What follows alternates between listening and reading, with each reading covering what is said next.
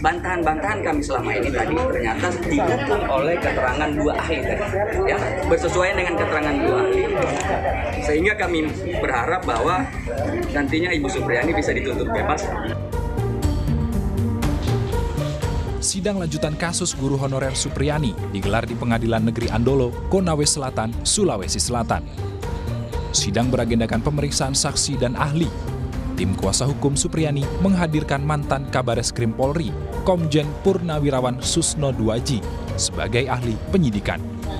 Hadir secara daring, Susno Duaji mengungkap keterangan saksi anak tidak bisa dijadikan alat bukti karena tidak dilakukan di bawah sumpah.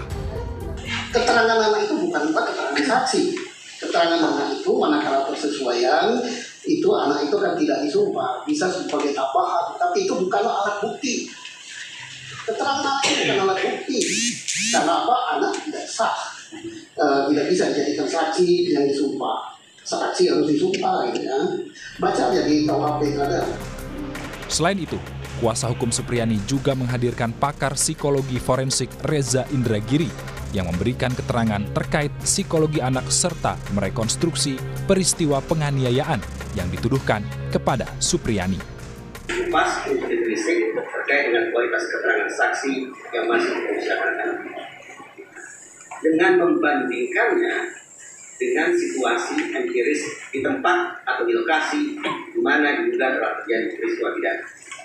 Secara ringkas, itulah 3 subbahasan yang menurut saya relevan majelis untuk dikupas untuk ditelisik terkait dengan kualitas keterangan saksi yang masih berusaha.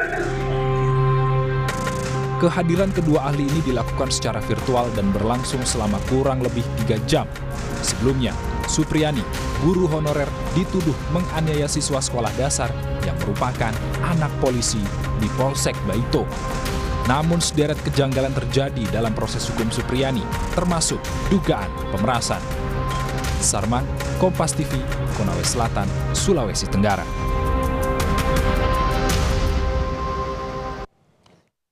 Dan saudara, terkait kasus ini kita perbincangkan. Untuk membahas terkait dengan kasus ini saudara, kita perbincangkan dengan pakar psikolog forensik Mas Reza Indragiri yang telah bergabung bersama kami di Kompas Malam. Selamat malam Mas Reza. Selamat malam, Assalamualaikum. Waalaikumsalam. Mas Reza, ini juga Anda juga hadir sebagai ahli dalam kasus ini ya. Yang Anda soroti adalah terkait dengan saksi anak yang dihadirkan dalam sidang guru Supriyani ini. Anda menyebut bahwa keterangan dari anak itu tidak bisa terpengaruh karena keinginan penanya. Ini maksudnya seperti apa? Anak dari sudut pandang psikologi forensik merupakan salah satu kelompok individu yang memiliki suggestibility tinggi. Ya, dalam bahasa yang lebih mudah dipahami, anak-anak diketahui sebagai kelompok individu yang rentan untuk menerima pengaruh dari pihak eksternal, baik itu berupa intimidasi, iming-iming, maupun deception atau tipu muslihat. Nah, memahami adanya kerentanan psikologis sedemikian rupa yang ada pada anak-anak, dalam konteks ini saksi yang masih berusia kanak-kanak, maka memang patut diberikan kehati-hatian ekstra agar kemudian bisa sesungguhnya dipastikan apakah anak tengah memberikan keterangan yang sebenarnya atau keterangan yang katakanlah rekayasa. Apakah anak memberikan keterangan semata-mata berdasarkan pengalamannya langsung menyaksikan suatu peristiwa pidana, ataukah keterangan yang disampaikan oleh anak sesungguhnya merupakan informasi yang disampaikan oleh pihak tertentu kepada anak untuk kemudian diteruskan oleh anak tersebut kepada pihak penyidik. Oke, jadi dalam kasus ini Anda melihatnya apakah keterangan saksi yang digali, keterangan anak ini apakah nanti perlu dikesampingkan atau seperti apa? Saya meninjaunya dari 3 tingkatan pembahasan tadi sebetulnya. Pertama dimulai dari pembahasan secara umum sebagaimana yang saya utarakan barusan. Berlanjut ke tingkat berikutnya itu terkait dengan keterangan saksi anak-anak sebagaimana yang tercantum di dalam BAP. Sangat mengejutkan bagi saya bahwa ketika penasihat hukum memperlihatkan 2 halaman BAP dari 2 saksi anak-anak yang berbeda, ternyata isinya adalah 100% sama. Ini yang menjadi pertanyaan bagi saya sekali lagi. Apakah BAP ini disusun berdasarkan episodic memory, yaitu berdasarkan pengalaman langsung anak-anak itu mengindra menyaksikan peristiwa pidana, ataukah lebih sebagai sebuah BAP yang disusun berdasarkan semantik memori, yaitu informasi yang diajarkan, dimasukkan, diberikan kepada anak untuk kemudian anak sampaikan kepada pihak penyidik. Oke, jadi berangkat dari kejanggalan BAP yang 100% sama antar dua saksi anak-anak yang berbeda. karena ada kesamaan ini sehingga Anda menyebut bahwa keterangan anak ini bisa terpengaruh dari kemauan penanya. Untuk mengantisipasi ini agar kasus ini bisa terang benderang, apa yang harus digali? Sebagaimana pada kasus Cirebon, saya menyimpulkan bahwa proses penegakan hukum yang terlalu mengandalkan pada keterangan, termasuk keterangan saksi, berpotensi besar untuk mengalami bias, untuk menjadi error, sehingga bisa saja berujung pada vonis yang keliru.